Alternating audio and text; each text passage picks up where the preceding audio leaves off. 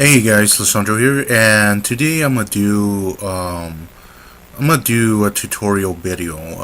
This time I'm focusing on physics, and what I'm gonna be talking about is heat, and what we're gonna be focusing on is heat transfer.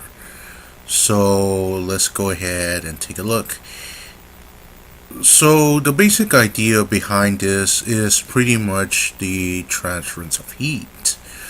Okay, we all know that fire produces heat or any other heating element, microwaves, ovens, and so on, or just your heater, especially right now since it's winter.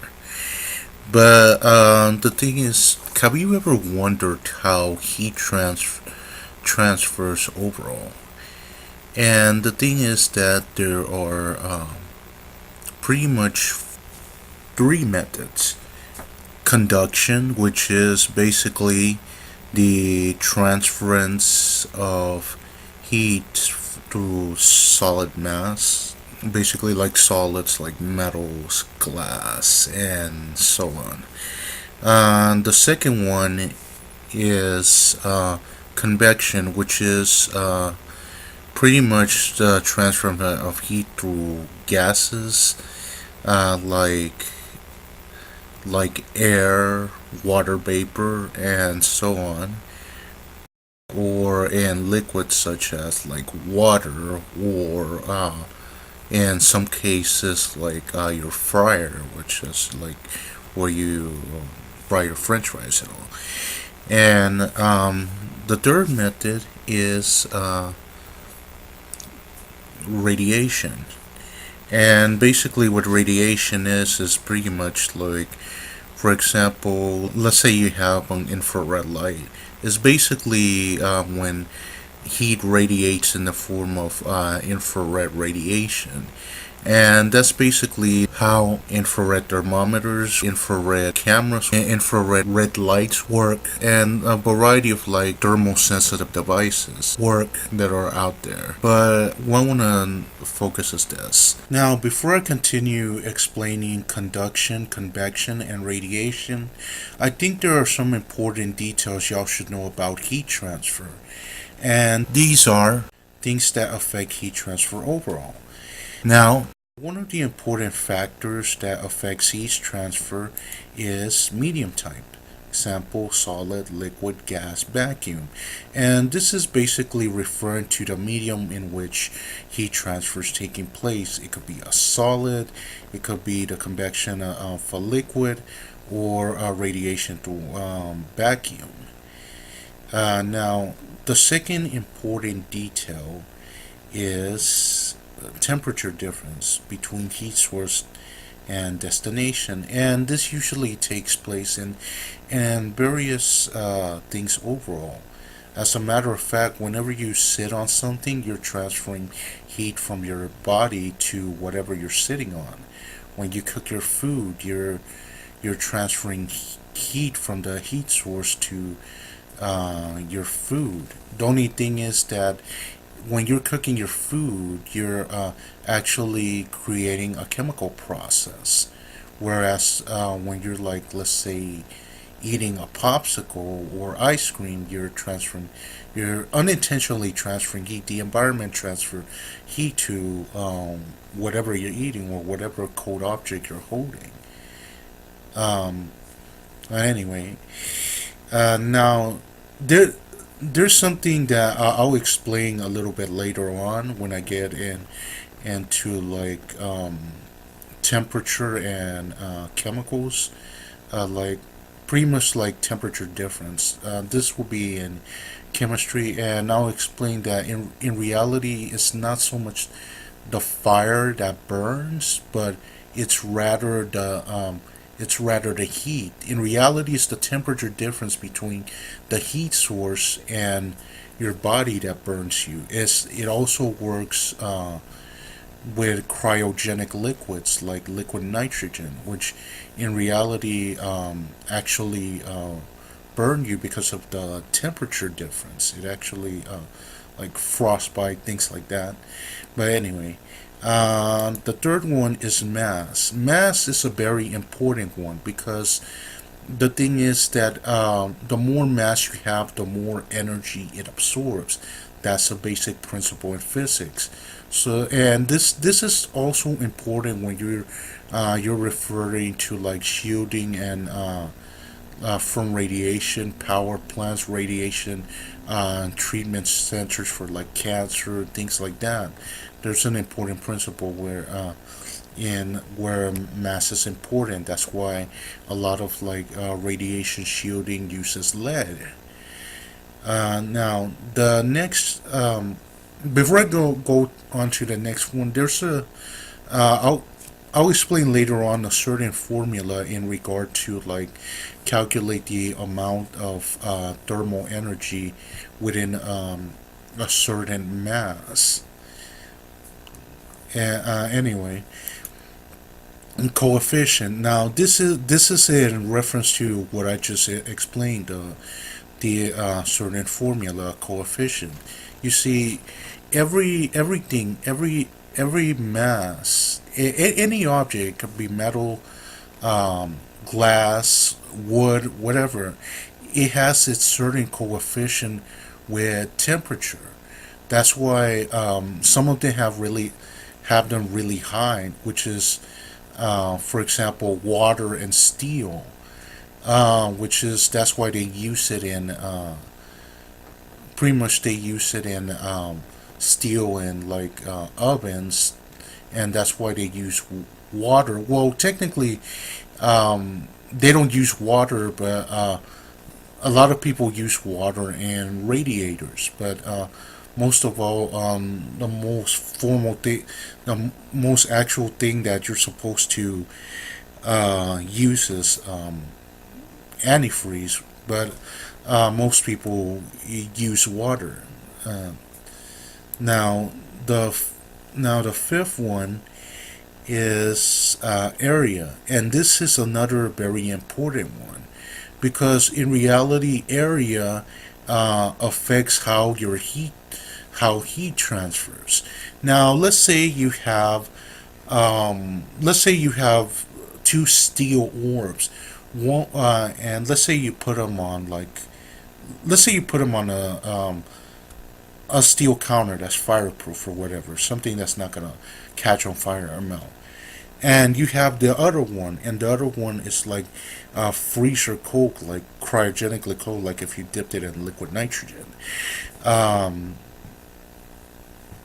and let's say that what's conducting heat from one point to another is a pin. Let's say like a needle, like a sewing needle. Okay,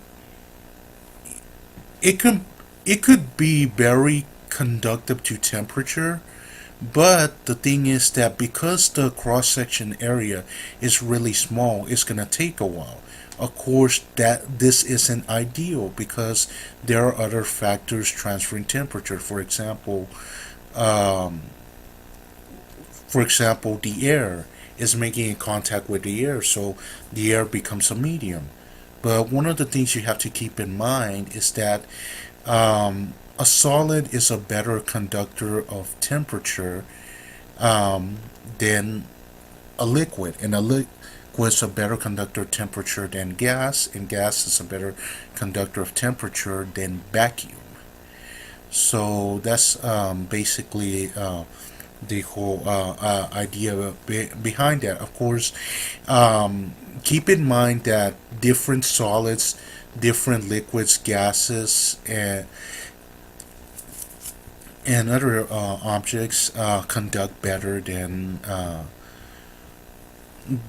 temperature than other things. For example, there could be uh, some some liquids that conduct better temperature than some solids. There could be some gases that conduct better temperature than some liquids, and it all depends on the coefficient. The coefficient, and that's when you get into things like conductors and insulators. It's similar principle to things that are electrically conductive and things that are insulators, which are dielectric. there are materials that are dithermal, and these are usually your insulators. And the thing about area is that this is an important concept, and when you're dealing with heat sinks in your CPU, um, they want the most area around it. So pretty much that's why if you ever seen if you ever seen heat sinks, they have like all those ridges and everything, and they don't do that for nothing. The reason why is that they're getting the most area pretty much to dissipate the heat, or sometimes they have fans over them. Also, another important thing is that between the heat sink and the CPU, they use what they call a thermal paste, and the thermal paste usually has very high coefficient. Is usually very conductive, thermally conductive material. I've seen some that are diamond dust thermal paste. I've seen silver thermal paste, and in some rare cases, gold or silicon. Okay, so let's start with conduction. So let's say you have a bar of metal. It can be any metal, aluminum, steel, whatever. And let's say you put one end of the bar on fire, and the other end somebody else holds it. For this demonstration purpose, I'm gonna invoke my favorite character from the animated series I'm working on, Stick Jerk. Say hello, Stick Jerk. Hello. Boss, are you sure this is in my job description? Yes, it is, Stick Jerk. So anyway, let's get back to the example. So Stick Jerk is holding this metal bar, and it's suspended in the fire. Now, let's be realistic, and of course we all know that you can't have something suspended in midair without something holding it up. So let's go ahead and say that it's suspended with a wire. Boss, this thing is heavy. Can you hurry up? I will, Stick Jerk, just give me a sec to explain. So anyway, the metal bar is suspended with a wire. One end is held by Stick Jerk and the other end is suspended over the fire. Now, we know that if you suspend anything over fire, especially metal, it's not going to stay cool over the fire. It's instantly going to start to heat up. So, if you have one end of the bar suspended over fire, the opposite end you're holding it just like Stick Jerk is doing, and the center is suspended by a wire. Your end may feel cool to the touch. However, over time, the end opposite to the end you're holding is eventually going to start to heat up substantially. And that heat is eventually gonna transfer from that end to your end. And eventually it's likely to burn you. Of course, this is ignoring heat dissipation from the surrounding air and other factors. So now that we went over conduction and covered a brief example of conduction, let's jump to the next one, which is convection.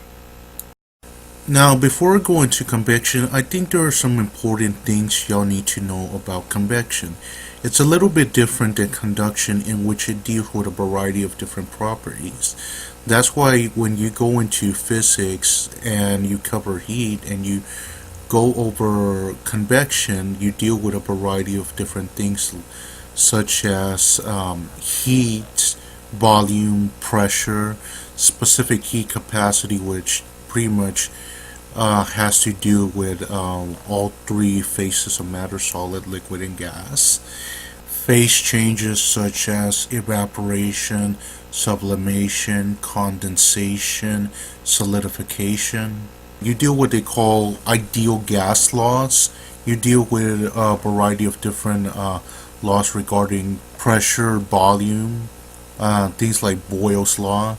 You deal with what they call real gas laws, which is basically an interaction between what they refer to as sticky gases, especially in the petroleum field, which basically you deal with like what they call van der Waals forces and a variety of other stuff. But for a simplified purpose, I'm gonna just go over the general aspects of convection. So let's say you have a tub, and of course the tub is full of water. Now once again, let's invite our good old friend Stick Jerk. Boss, I'm still upset with what you did with me. Having me holding that hot metal beam. And this water is way too cold. It's winter. What is this supposed to be?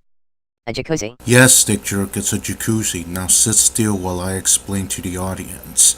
I'll compensate you when all this is over. So let's say that the floor in which this pool is set on is a heating element which is as hot as the metal beam that Stick Jerk was holding. Boss, are you sure this is a good idea? Yes, Stick Jerk, now let me explain and shut up. Now, just like the metal beam which was a solid, it initially starts off cool, but eventually will heat up due to the heat source. However, the scenario is a little bit different here. The tub, of course, will be one of the first things to heat up. However, it will not heat up exactly the same as the metal beam. It all depends on the type of material the tub is made out of that determines how fast it will heat up. And of course, there's the fact that the tub contains water. In turn, the water will still heat from the continuous heating tub and will continue to still heat from it, which will eventually start to heat up the water. Of course, the water will take a while to heat up because it's a liquid, and solids usually tend to heat up faster than liquids. The reason why is because of the distance between molecules in solids, liquids, and gases. Apart from that, there are other factors like molecular structures, type of chemical bonds such as ionic bonds, covalent bonds, and so on. Now keep in mind, this of course isn't across the board. There are various factors that have to do, for example, mass, or better yet said, density of the material. And of course, there are certain materials in which gases are much more thermally conductive than solids, or liquids are much more thermally conductive than solids, and so on. So let's continue with our example of Stick Jerk. So the water in the tub, which was cold, has warmed up. The temperature has risen, and the temperature will continue to rise. Oh no, not again. Up until the point where it eventually starts to boil a little bit, and eventually all the water will start to boil, which will eventually turn into steam vapor, hence evaporating. Which leads me to the next form of convection, which is convection through gas. So let's say that you have a sauna, and once again, let's invite our good old friend Stick Jerk. Boss, really? Come on. It's hot in here, and do I really have to do this? I'm gonna leave now. No, wait. Hold on. Just stick around. I promise I'll pay you 4 times as much when we're done. We're almost done. Good, because I'm getting tired of this. And I feel like you are treating me like a guinea pig for your experiments. And this time I don't want to get burned. No, I'm not treating you like a guinea pig, and don't worry, you're not gonna get burned. So anyway, getting back to the point, we have a sauna, and we have Stick Jerk here. As you can notice here, there's what seems to be lit charcoals or heated rocks. The point is, it's a heat element, a heat source. So let's say we happen to pour a little bit of water. Not enough to completely cool it down, but enough to steal a little bit of heat from it, which in turn would evaporate the water, turning it into steam. Because of this, heat would transfer from the water, which would turn into gas, and the gas would transfer heat to whatever's in the surroundings. the air, the wall of the sauna, and stick jerk, of course. Man, it's hot in However, here. there Boss, is hurry up. something I'm baking like a else. hot potato. If you recall the example I was giving when I was explaining conduction in regard to the metal beam dissipating heat, you will notice that it is exactly the same thing in this scenario with the lit charcoals or heated rocks. Even before we poured water over the heat element, there was already heat dissipating into the surrounding environment. The only thing that happened in this case is that water evaporated, turned to steam, and made it a lot easier for heat to transfer through the air. Not to mention that water also has a high heat capacity, which is essentially how the Earth is able to retain some of the sun's heat without dissipating it all at night like other planets. It's a concept I'll get to later on in other videos, but it basically refers to how much thermal energy certain masses, certain materials absorb before it starts changing temperature. It's something which, if the Earth's atmosphere did not have, we would not have much of a climate. We would essentially have a very cold environment. With that being said, with ease, the heating element can heat up the sauna. However, this isn't all across the board. There are, of course, some exceptions. If you have one heat source and you have a huge area, a huge massive space, it will heat up the air. However, you have to consider other factors such as heat dissipation, heat capacity of surrounding materials, and of course, how much time will it take for that particular heat element to heat up the surrounding area. Larger areas require much more intense heat elements or more time.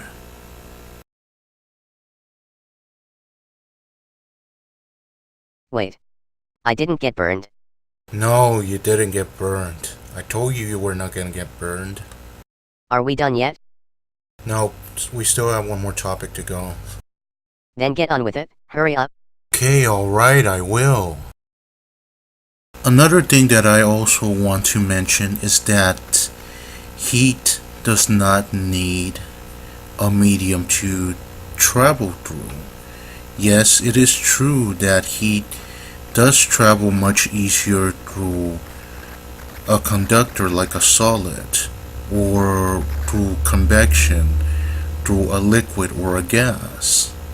However, there is a fourth method in which heat can travel through, and that is in the form of radiation, infrared radiation, which is my next topic. Now, what is meant when it is said that heat travels in the form of radiation? Like I mentioned before, heat travels in the form of infrared radiation, which means that if you were to pretty much box an object, a hot object, let's say assuming that this hot object was not touching absolutely anything, that all it was suspended in midair in a vacuum chamber without touching anything, what would happen is that heat in the form of infrared radiation would radiate from that object. It would eventually become like an infrared lamp. This is of course not including how hot the heat source is, or if the heat source is hot enough to radiate visible light. Now, one of the most commonly known examples of heat transference through infrared radiation is none other than the amount of infrared radiation that's generated from the sun that hits the earth every day. Roughly, on average, about 174 petawatts worth of energy hit the Earth's upper atmosphere every year. Approximately 30% of that total solar energy gets reflected back into space. The rest gets absorbed by clouds, oceans, land masses, and so on. Out of the remaining solar radiation that hits the Earth's surface, about 52 to 55% is infrared radiation. The remaining is 42 to 43% visible light, and the last remaining 3 to 5% is ultraviolet radiation. So let's say we are at the beach, and let's go ahead and one last time invite our good old friend Stick Jerk. Hey Stick Jerk, what are you so happy about? I'm happy because we are almost done. This is the last topic. And also you brought me to this nice place. Yeah, well, okay. Well, go ahead and enjoy it. So anyway, getting back to the topic, we have Stick Jerk here. And as you can see in the upper left hand corner, the sun is shining. Now, what am I trying to get at? What I'm trying to get at is that the majority of the Earth's heat comes from the sun, and of course other heat sources, not to mention man-made heat sources and geothermal. The sun is the most important source of heat we have. It is very essential for our survival. Because the fact that the sun resides in the vacuum of space, it makes a perfect example of the transference of heat via radiation. However, there is something that you have to keep in mind. Not all the heat from the sun is transferred to you in the form of infrared radiation. Some of that heat is transferred through convection because of the fact that we have an atmosphere. Also, let's not forget the heat that's absorbed by the surrounding land masses, the surrounding oceans, and also energy that's absorbed by different colors in the visible light spectrum. Stick Jerk, we're done.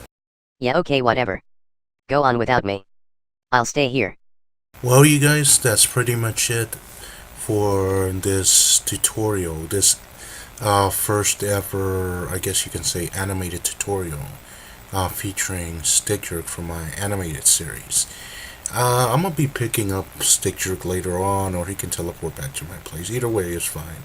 But anyway, guys, man, it was a lot of effort and hard work putting together this video, no? But anyway, I hope you like this video. Please like and subscribe, and share if you want. And once again, like I always say, pledge to my Patreon. And I'll catch you guys next time. Bye.